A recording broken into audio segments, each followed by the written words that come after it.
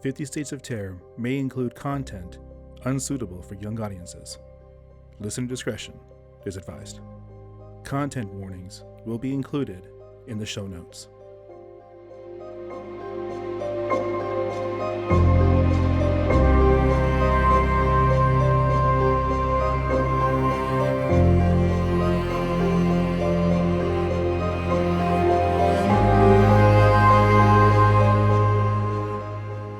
This is South Dakota, the Thunder Horse.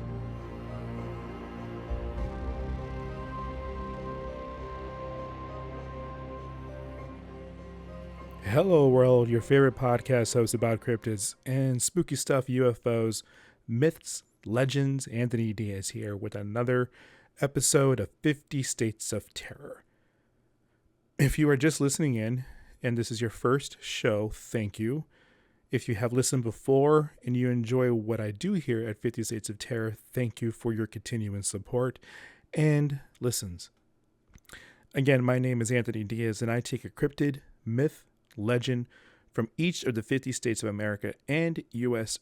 territory, and I do a quick history of the state or U.S. territory, and then I give a little lesson about the creature I choose. If there isn't a good one, or I don't find an obscure cryptid, then I usually go with the legend, or if they have a really good UFO case, I'll research that and talk about that. Just recently, I have started doing our international editions. So if you are an international listener, your country might be coming up soon. I did England and Australia, and I have decided that I'm going to do another England and another Australia. One just because of the sheer number of folklore that comes from there. But I think I'm going to leave Europe this time around and head to Mexico. I haven't chosen one yet, but I want to find one that little have heard of, just to bring some light of how many lores and legends are out there. Like, I'm pretty sure everyone has heard of La Llorona and La Lechuza, the eventual crying woman and the owl witch. But what about the Cipactili or the Chaneque? You see, even saying them, you want to Google what the hell those things are. And if you are keeping track, I have 9 states left.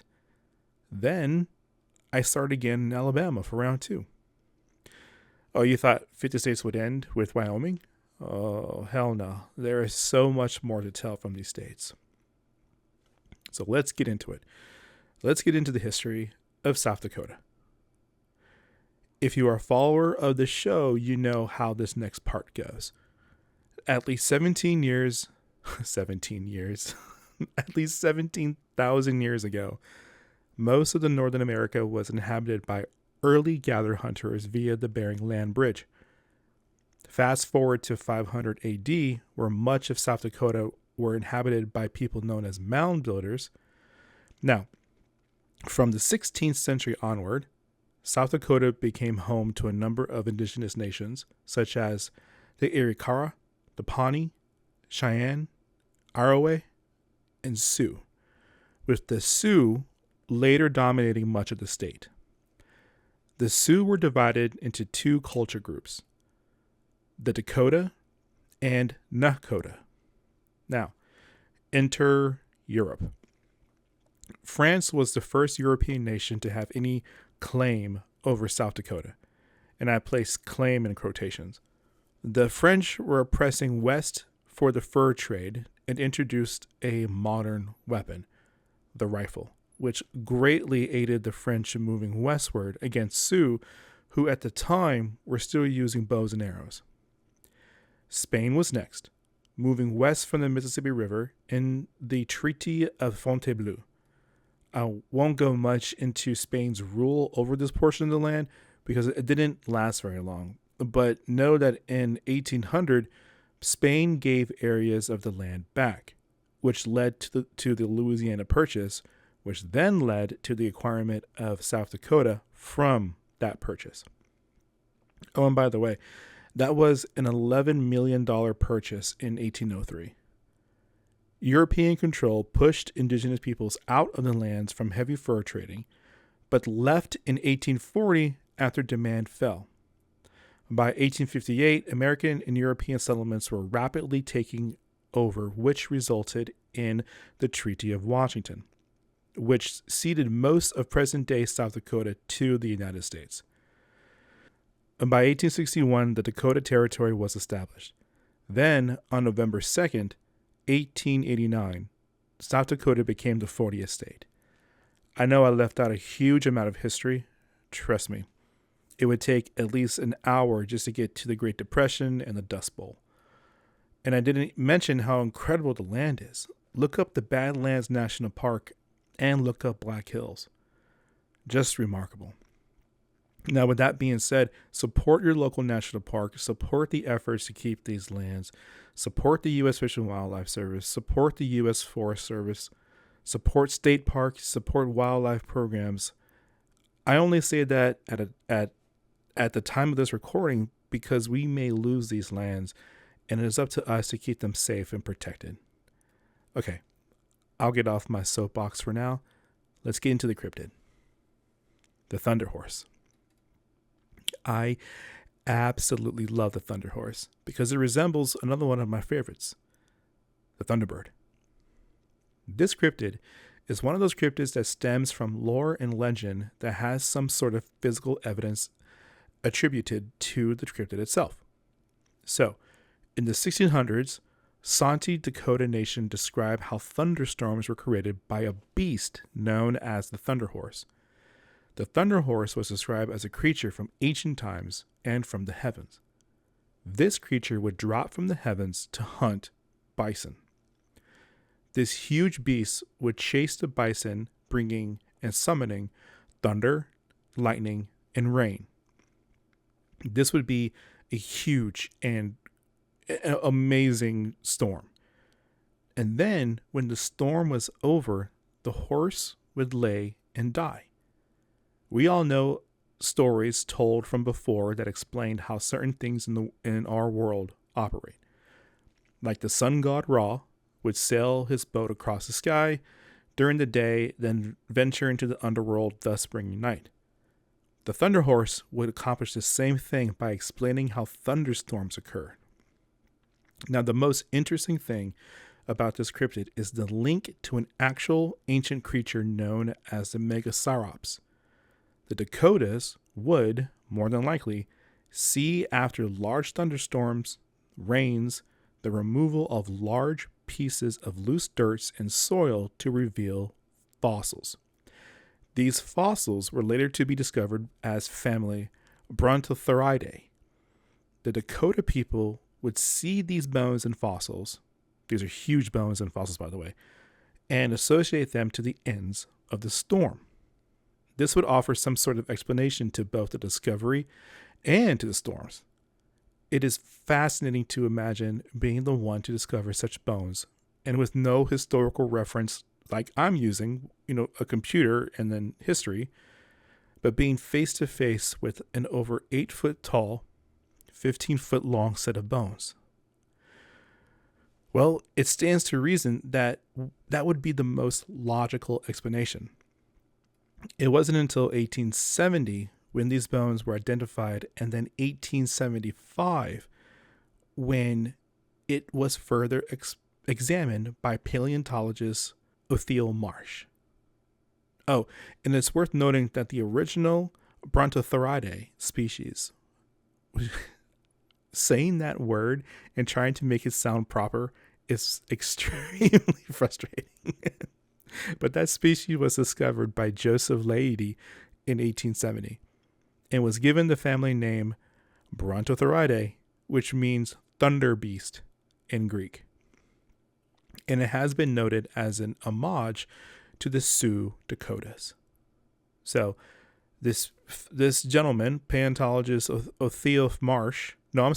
Joseph Leidy, had already discovered this beast, this set of bones, gave it a family name, scientific family name, and then named it after the Sioux Dakotas, Thunder Beast.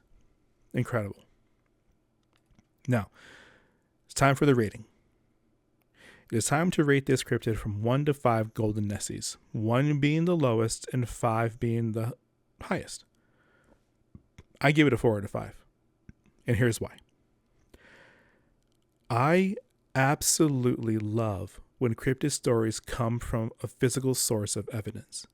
In this case, the Megacerops bones discovered after very harsh thunderstorms, explaining weather phenomena like massive thunderstorms using nature and beasts is one of the oldest lores we have as a species. Think about it. It preludes any scientific discovery. Things just don't happen. There is something behind it, whether it is a god, a creature, or swirling weather patterns. It offers a way to think in scientific terms. Imagine how the weather shifts from clear skies to dark clouds.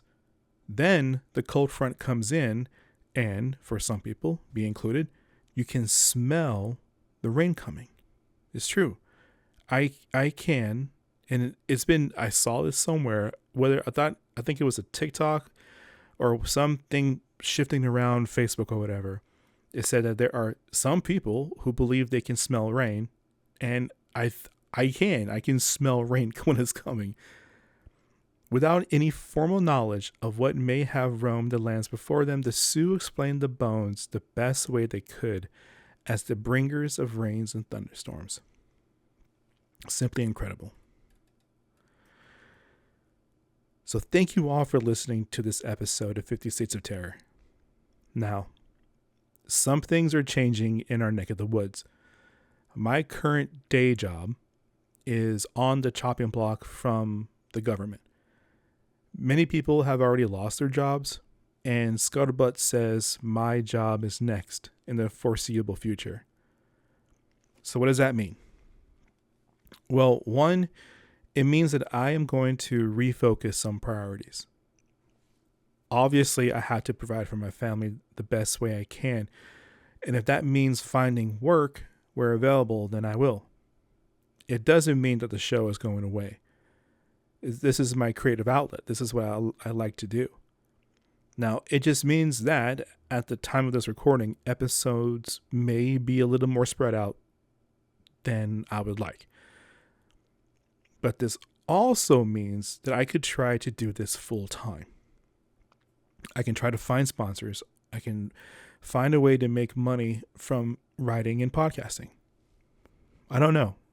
I don't know even where to start. But I sincerely hope you all who have already lost your jobs due to the cutbacks, that you have swift luck in finding work and finding a way to survive. I have adopted a saying from my military days that I 100% live by. Aut inveniam, viam aut faciam. Obviously, that's Latin. It means I will find a way or I will make one. So, good luck, y'all. Stay hungry, man. There are links in the show notes for ways to support me and the show, but the easiest way to support is to go to my YouTube page, share the links, share the show with your friends who also enjoy cryptids or aliens or UFOs or ghost stories. Oh yeah, my other show too, Narrative Quest Podcast. Share that with people who like to hear fantasy stories or fiction or poetry. Okay. Thanks again for listening. Till the next episode. Later, y'all.